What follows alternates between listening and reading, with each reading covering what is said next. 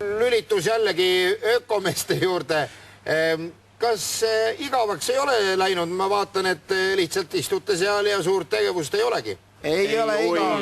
Ma arvan, et teil läheb seal igavaks, et see on huvitav see, et alati ökosõpru süüdistatakse agressiivsuses, aga praegusel hetkel ma vaatan, et teil on hoopis kurjamad küsimused, et läheb igavaks ja sellist norida tahate.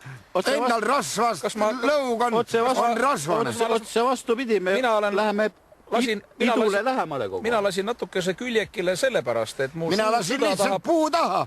Minu suur süda tahab lihtsalt natukese maale ligemal olla, sellepärast ma panin praegust, võtsin endale niisuguse poosi sisse. Minu süda kuulub loodusele, mina olen üleval pool. Mina kergitasin kannikat, et seemiks saaks välja tulla need odrad, mida ma hommikul sõin. Mina hoian sellepärast praegu külma käes oma peput vähe üleval maast, et siis ma saan hommikul siit endale tükikese seemisnahka.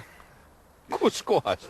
Külmunud perse nahast saab seemisnahka. No näete, vaadake kui palju. Seda ei tea. Seda te ei tea, te istute Simmikingad jalas istuvad suurtes restoranides jalg üle põlve ja simmikingad jalas, aga ei tead, see simmikinga nahk, see seemisnahk tuleb külmunud ökomeeste perse pealt. Jah, meil on see omaks käest võtta. Mitu kinga saab näiteks, ütle rahvale, mitu kinga saab ühest suurest persest? Ühest suurest, korralikust suurest ökopersest saab alles pool ühe kinga. Tekib kahtlemata üks niisugune küsimus ka huultele, kas te seal omakeskis seltskonnas olles õrnemussoost naistest ei tunne puudust? Naisi ei taha, meil on omavahelgi tegemist küllalt. Kõigepealt ise endaga, möllad pool õhtut oled päris väsinud. Siis hakkad teisega... Enam ära kuivad, hakkad teistega rapsima.